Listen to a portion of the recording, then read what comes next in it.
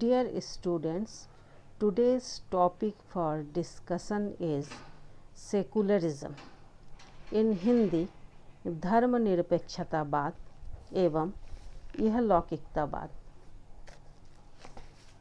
सबसे पहले सेकुलरिज्म शब्द के अर्थ को स्पष्ट करेंगे। इसके अंतर्गत हम यह बताएंगे कि किस तरह सेकुलरिज्म धर्मनिरपेक्षतावाद शब्द भारतीय राजनीति दर्शन में प्रयुक्त होता है तथा दूसरा अर्थ धर्म दर्शन की दृष्टि से देखेंगे। फिलॉसफी ऑफ रिलीजन धर्म दर्शन की दृष्टि से धर्मनिरपेक्षतावाद का अर्थ इहलौकिकता अर्थात दिस वर्ल्डलीनेस है। सबसे पहले हम देखेंगे कि धर्मनिरपेक्षतावाद भारतीय राजनीति में प्रयुक्त होता है। Secularism in simple words refers as an ideology which provides people with the right to follow any religion or not follow any. It permits the state with the responsibility to maintain neutrality in the matters of religion. इस प्रकार भारतीय संविधान का लक्ष्य धर्मनिरपेक्ष राज्य की स्थापना है। यहाँ विभिन्न धर्मों के साथ उदासीनता का भाव प्रकाशित किया गया है। राज्य साधारणतः धार्मिक मामलों में हस्तक्षेप नहीं करता। In a secular country, no state can legally favor or hate a particular religion. One can freely voice their opinion and thoughts related to the religion in a secular country. In India, secularism means that all religions can peacefully coexist with any discrimination, where all the citizens are treated equally.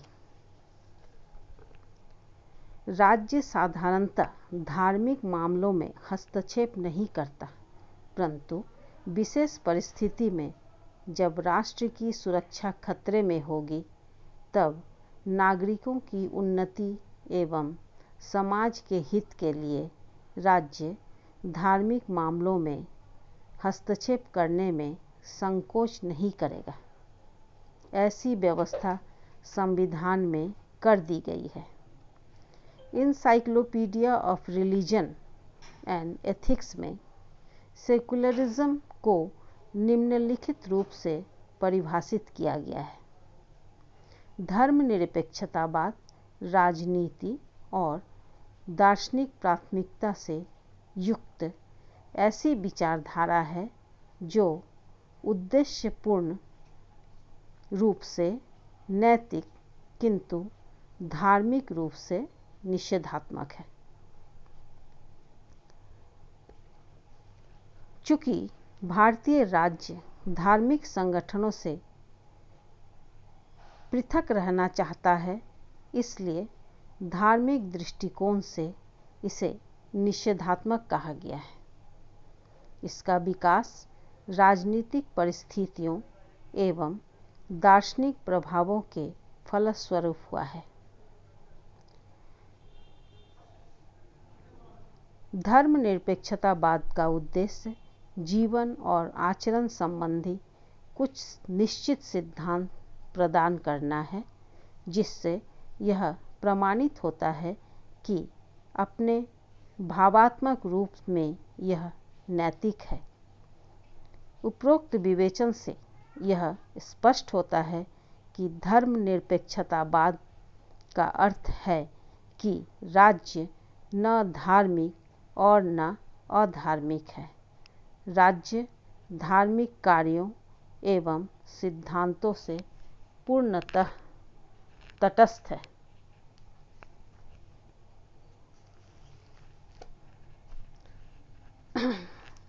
धर्मनिरपेक्षतावाद का अर्थ धर्म विरोधी समझना भ्रामक होगा। इस तरह धर्मनिरपेक्षतावाद उदार मनोवृत्ति का परिचायक है। धर्मनिरपेक्ष राज्य में सभी धर्मों के प्रति राज्य आदर भाव रखता है।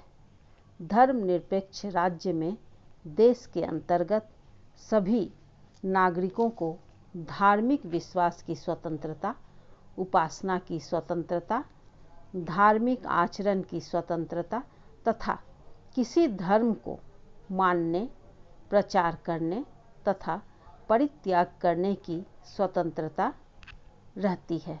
इस प्रकार धर्मनिरपेक्ष राज्य में सभी धर्मों को एक साथ रहने तथा पनपने का अवसर प्राप्त होता है, जिसके फलस्वरूप धार्मिक सहिष्णुता का विकास होता है।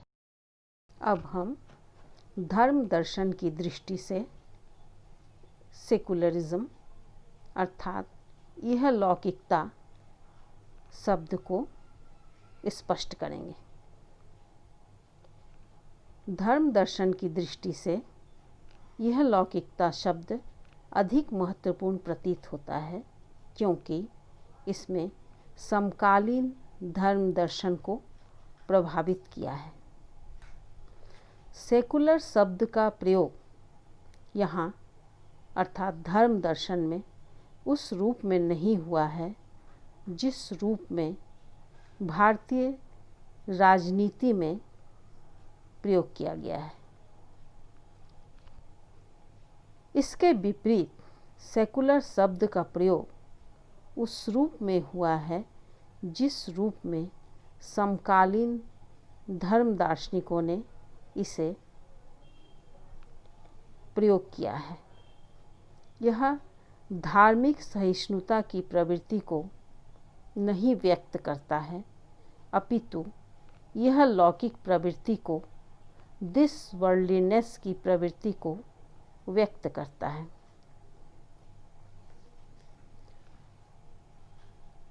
यह लौकिकतावाद से सांसारिकता अथवा ऐहिकता या यह लौकिकता दिस वर्ल्डलीनेस का बोध होता है। फिलिंट के अनुसार यह लौकिकता एवं प्रत्यक्षवाद में गहरा संबंध है। दोनों में समान प्रवृत्ति का प्रकाशन हुआ है। दोनों सिद्धांतों यह लौकिकता तथा प्रत्यक्षवाद में निकटता का संबंध दिखता है। प्रत्यक्षवाद और यह लौकिकता में एक ही सिद्धांत एवं प्रवृत्ति की अभिव्यक्ति हुई है। दोनों सिद्धांत एक ही समष्टि के दो अंग की तरह आपस में संबंधित कहे जा सकते हैं। फिर भी यह लौकिकता को प्रत्यक्षवाद की एक शाखा के रूप में चित्रित करना भ्रांतिमूलक होगा। यह लौकिकता पाश्चात्य जगत में एक क्रांति के रूप में विकसित हुआ, जो निरंतर लोकप्रिय होता रहा है।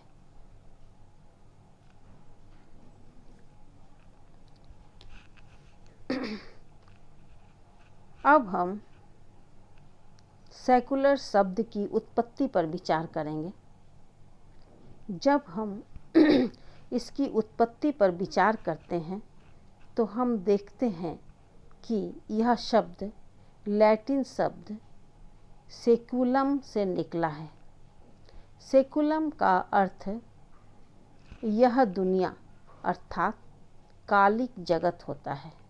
इस प्रकार सेकुलर शब्द कालिक जगत का परिचायक होता है। सेकुलरिस्ट उस व्यक्ति को कहा जाता है जिसकी दृष्टि सांसारिकता पर केंद्रित रहती है। उसका संबंध मात्र लौकिक जगत से रहता है, अर्थात सेकुलरिस्ट का संबंध मात्र इस लौकिक संसार से रहता है। अलौकिकता का यहाँ कोई महत्व नहीं है। वह इसी जगत में निहित है। इस प्रकार यह अलौकिकता का विरोधी है। अब हम यह लौकिकतावाद के स्वरूप नेचर ऑफ सेकुलरिज्म पर बात करेंगे।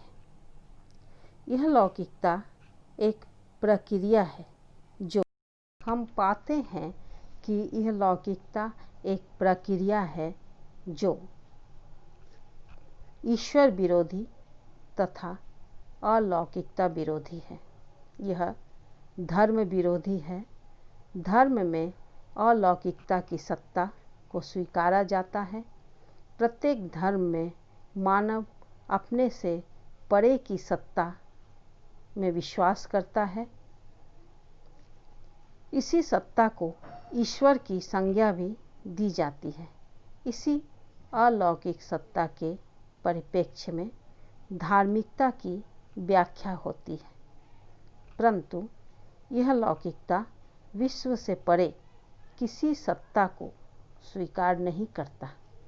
इस प्रकार यह ईश्वर विरोधी है, धर्म विरोधी है, अलौकिकता विरोधी है।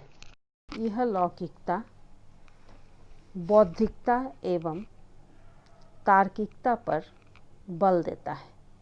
किसी भी विषय को अंधे की तरह आंख मूंदकर मानने की प्रवृत्ति की भर्त्सना की गई है। तर्क से संगति रखने के फलस्वरूप ही किसी मत या सिद्धांत को यहाँ स्वीकारा जाता है। अतार्किक मत का कोई स्थान नहीं है। यह लौकिकता में आस्था या विश्वास के लिए कोई स्थान नहीं है। इस प्रकार यह धर्म विरोधी है, क्योंकि यह बौद्धिकता को प्रश्रय देता है, जबकि धर्म आदि आस्था पर आधारित है। प्रत्येक धर्म में प्रार्थना का महत्व है, किंतु यह लौकिकतावाद ईश्वर विरोधी होने के कारण इसमें प्रार्थना पर कुठाराघात किया है, कुठाराघात किया गया है।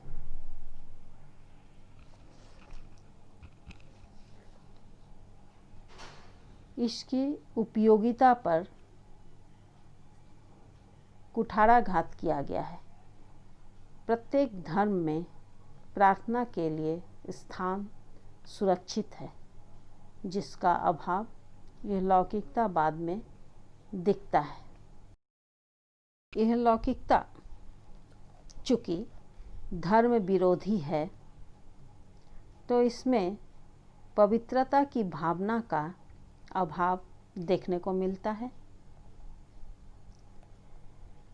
धर्म पवित्रता की भावना पर आधारित होता है।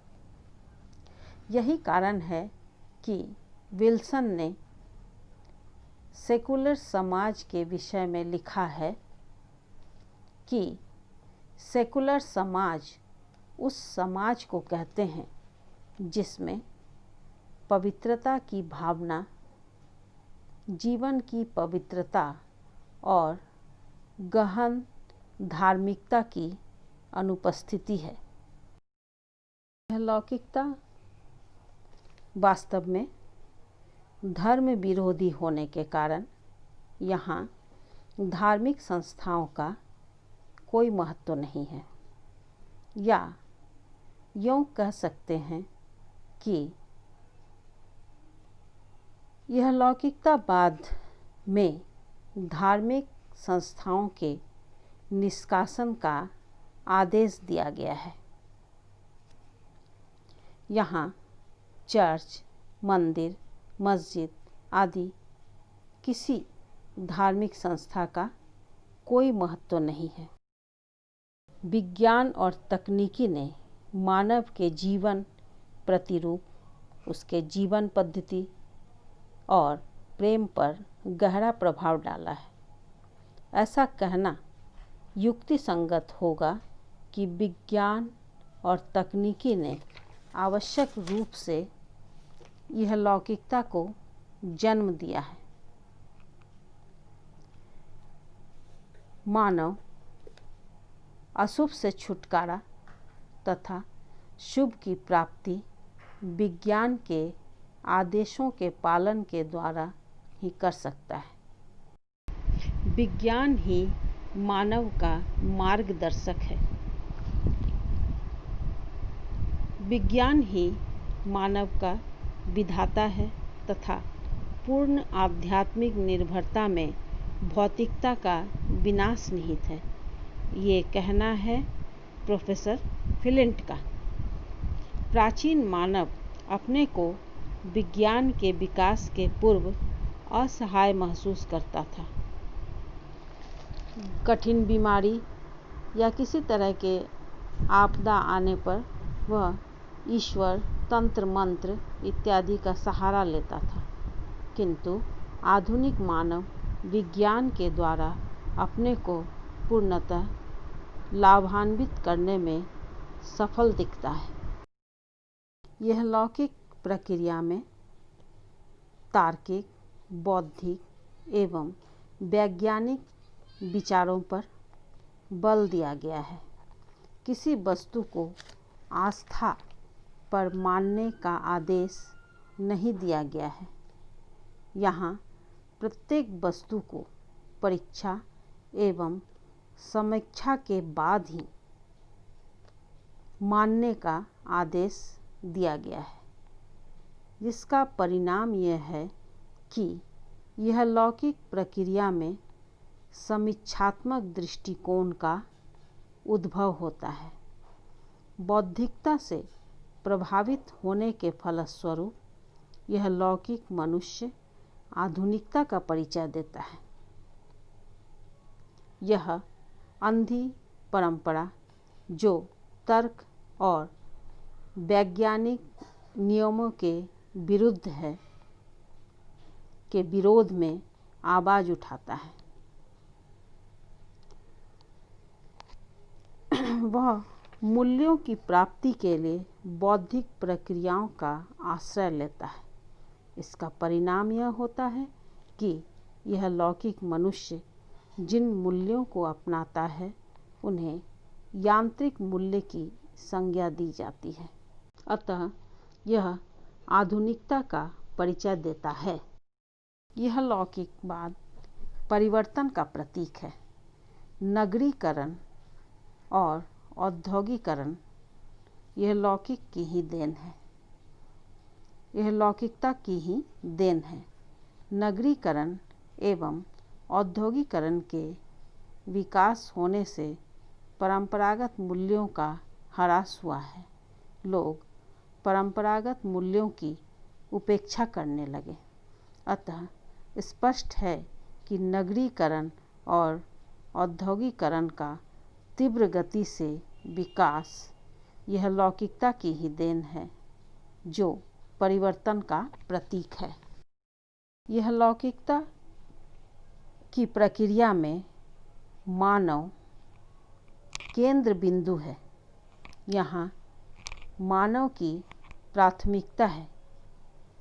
यह लौकिकता का ही प्रभाव है कि आज का मानव अपने कर्तव्यों की पूर्ति के प्रति अधिक जागरूक है।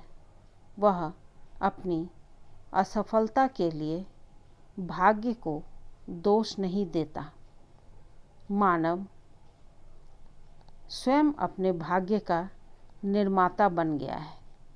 मानव को अपने कर्मों के द्वारा अपने नियति को प्राप्त करने में सक्षमता हासिल हो गई है। इस प्रकार यह लौकिकता मनुष्य और ईश्वर के बीच संबंधों को अस्वीकार कर मानव को स्वीकारता है, मानव को अधिक महत्व देता है। इस तरह मानव जो है केंद्र बिंदु बन गया है। दार्शनिक फिलिंट ने यह लौकिकता को जीवन विषयक सिद्धांत कहा है। Secularism is a theory of life. Barnhopper ने यह लौकिक प्रक्रिया के संदर्भ में कहा है कि मानव वयस्क हो गया है, मानव की बुद्धि प्रखर हो गई है, मानव प्रौढ़ हो गया है। चूँकि मानव प्रौढ़ हो गया है, इसलिए उसे ईश्वर की आवश्यकता महसूस नहीं होती। वह बिना ईश्वर के सहारे ही जीवन यापन कर सकता है। ईश्वर की अमरता, दैव प्रकाशना